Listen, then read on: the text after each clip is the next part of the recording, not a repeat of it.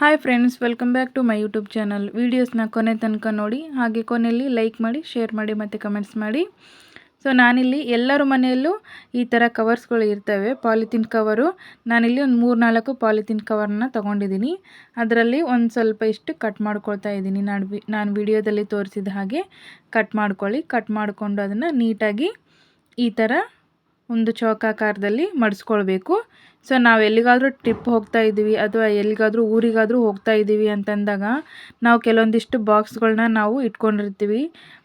ಉಪ್ಪಿನಕಾಯಿನೋ ಅಥವಾ ಪುಡಿ ಚಟ್ನಿನೋ ಕಟ್ಕೊಂಡಿರ್ತೀವಲ್ಲ, ಸೊ ಅದು ಎಣ್ಣೆ ಸಮೇತ ಸೋರ್ ಹೋಗಬಾರ್ದು ಅಂತಂದಾಗ ಈ ಥರ ಕವರ್ ಹಾಕಿ ನೀವು ಪ್ಯಾಕ್ ಮಾಡ್ಕೊಂಬಿಡಿ. ಸೊ ನೆಕ್ಸ್ಟ್ ನಾನಿಲ್ಲಿ ಇಷ್ಟು ಉದ್ದಂದು ಒಂದು ಸ್ಟಿಕ್ನ ತೊಗೊಂಡಿದ್ದೀನಿ. ಸೊ ನೀವು ಇದ್ರ ಸ್ವಲ್ಪ ಸಣ್ಣದಾದರೂ ಪರವಾಗಿಲ್ಲ. ಸೊ ನಾನಿಲ್ಲಿ ಕವರ್ ಏನು ತೊಗೊಂಡಿದ್ನಲ್ಲ, ಆ ಕವರ್ನಲ್ಲಿ ಒಳಗಿಟ್ಟು ಹೀಗೆ ನೀಟಾಗಿ ಸುತ್ತಿ ಬಿಡ್ತಿದ್ದೀನಿ. ಸುತ್ತಿ ಮತ್ತು ಒಂದನ್ನು ಗಂಟನ್ನು ಹಾಕ್ಕೋಬೇಕು. ಸೊ ಅದು ಬಿಚ್ಚಿ ಕಡೆಗೆ ಬರಲಾರ್ದಂಗೆ ಒಂದು ಗಂಟನ್ನು ಹಾಕ್ಕೊಂಬಿಡಿ. ಮನೆಯಲ್ಲಿ ಎಲ್ಲಾದರೂ ಮೂಲೆಯಲ್ಲಿ ಪೊರಕೆ ಹೋಗಲ್ಲ, ಪೊರಕೆ ತೂರಲ್ಲ ಅಂತಂದಾಗ ಸೊ ಗಾರ್ಡೇಜ್ ಸಂದಿಲಿ ಮತ್ತು ಎಲ್ಲೆಲ್ಲಿ ಸಂದಿಗಳಲ್ಲಿ ಕಸ ಇರುತ್ತೋ ಅಲ್ಲಿ ನೀವು ನೀಟಾಗಿ ಈ ಟ್ರಿಕ್ಸ್ನ ಯೂಸ್ ಮಾಡಿ ನೀವು ಕಸನ ತೆಗಿಬೋದು. ನೋಡಿ ಎಷ್ಟೊಂದು ಕಸ ಬರ್ತಾ ಇದೆ. ಗಾರ್ಡೇಜ್ ಸಂದಿನಲ್ಲಿ ಕೂಡ ನೀವು ಟ್ರೆಜರಿಲಿ ಎಲ್ಲಾದರೂ ಧೂಳು ಕುಂತಿತ್ತು ಅಂತಂದರೂ ಕೂಡ ನೀವು ಈ ಟ್ರಿಕ್ಸ್ನ ಫಾಲೋ ಮಾಡ್ಬೋದು. ಮನೆಯಲ್ಲಿ ಸಂದಿಲಿ ಎಲ್ಲಿ ಕಸ ಇರುತ್ತೋ ನೀವು ಹೀಗೆ ಆ ಕಸನ ತೆಗಿಬೋದು.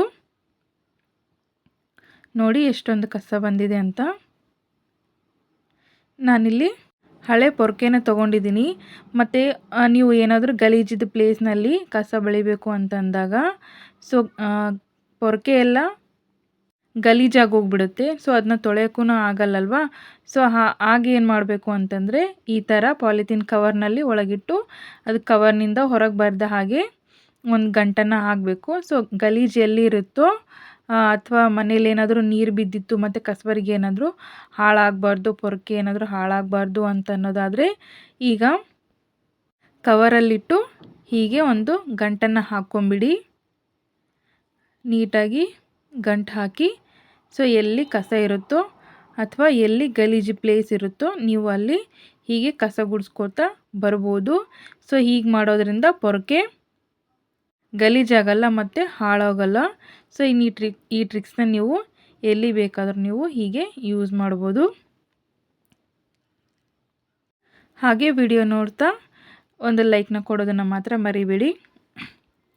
ಎಲ್ಲರ ಮನೆಯಲ್ಲೂ ಸಿಲಿಂಡ್ರ್ ಇರುತ್ತಲ್ಲ, ಸೊ ಅಡ್ವಾನ್ಸ್ ಆಗಿ ಸಿಲಿಂಡ್ರ್ ಬುಕ್ ಮಾಡಿರ್ತೀವಿ. ಅದೇನಾದರೂ ಲೀಕ್ ಆಗ್ತಾ ಇದೆ ಅಥವಾ ನಾವು ಇನ್ನೂ ನೆಕ್ಸ್ಟ್ ಮಂತ್ ಬಳಸಬೇಕು ಅಂತ ಅನ್ನೋದಾದರೆ ಸೊ ಅದು ಲೀಕ್ ಆಗುತ್ತೆ ಅನ್ನೋ ಟೆನ್ಷನ್ ಏನಾದರೂ ನಿಮಗಿತ್ತು ಅಂತಂದರೆ ಸೊ ಈ ಕವರ್ನ ಹೀಗೆ ಹಾಕ್ಬಿಟ್ಟು ಮೇಲ್ಗಡೆ ಕ್ಯಾಪ್ ಏನಿರುತ್ತಲ್ಲ ಆ ಕ್ಯಾಪ್ನ ಹೀಗೆ ಕವರ್ ಮಾಡೋದ್ರಿಂದ ಸಿಲಿಂಡ್ರು ಲೀಕ್ ಆಗೋದಿಲ್ಲ. ಈ ಟ್ರಿಕ್ಸ್ನ ಒಂದು ಸತಿ ಉಪಯೋಗ ಮಾಡ್ಕೊಳ್ಳಿ.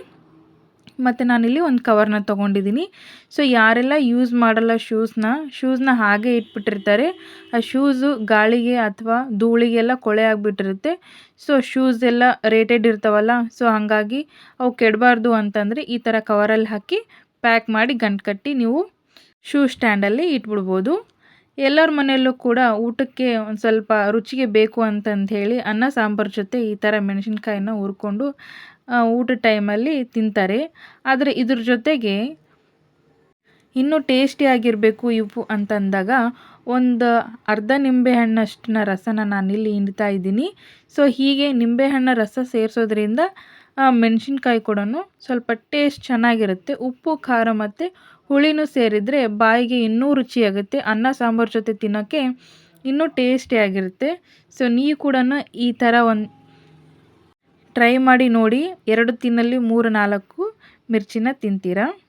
ಒಗ್ಗರಣೆ ಹಾಕಿದ ಮೇಲೆ ಬಾಣಲೆನ ತಿಕ್ಕಿಟ್ಬಿಡ್ತೀವಿ. ಸೊ ತಿಕ್ಕಿಟ್ಟಾದಮೇಲೆ ಈ ಥರ ಜಂಗ್ ಹಿಡಿದಿರೋ ಹಾಗೆ ತುಕ್ಕು ಬಂದಿರೋ ಹಾಗೆ ಪಾತ್ರೆ ಆಗೋಗಿರುತ್ತೆ. ಕಬ್ಬಿಣದ್ದು ಪಾತ್ರೆ ಆಗಿದ್ದರೆ ಅವಾಗ ನಾವೇನು ಮಾಡಬೇಕು, ಒಂದು ಹನಿ ಆಗುವಷ್ಟು ಒಳ್ಳೆಣ್ಣೆನ ಹಾಕಿ ಅದ್ರ ತುಂಬ ಸ್ಪ್ರೆಡ್ ಮಾಡಬೇಕು. ಸ್ಪ್ರೆಡ್ ಮಾಡೋದ್ರಿಂದ ಒಳ್ಳೆಣ್ಣೆಲಿರೋ ಎಲ್ಲ ಪಾತ್ರೆ ಸುತ್ತ ಹಚ್ಚಬೇಕು. ಸೊ ಹಚ್ಚಿದ ಮೇಲೆ ಒಂದು ವೇಸ್ಟ್ ಬಟ್ಟೆಯಿಂದ ಒರೆಸ್ಕೊಂಡ್ಬಿಡ್ಬೇಕು. ಸೊ ಒರೆಸ್ಕೊಂಡ್ಮೇಲೆ ಅದೇನು ತುಕ್ಕು ಹಿಡಿದಿರುತ್ತೋ ಜಂಗ್ ಹಿಡಿದಿರುತ್ತಲ್ಲ ಅದೆಲ್ಲ ಹೋಗ್ಬಿಡುತ್ತೆ. ನೀವು ಇದನ್ನು ನೀಟಾಗಿ ಒರೆಸ್ಕೊಂಡ್ಮೇಲೆ ಈಗ ರಿಯೂಸ್ ಮಾಡ್ಬೋದು.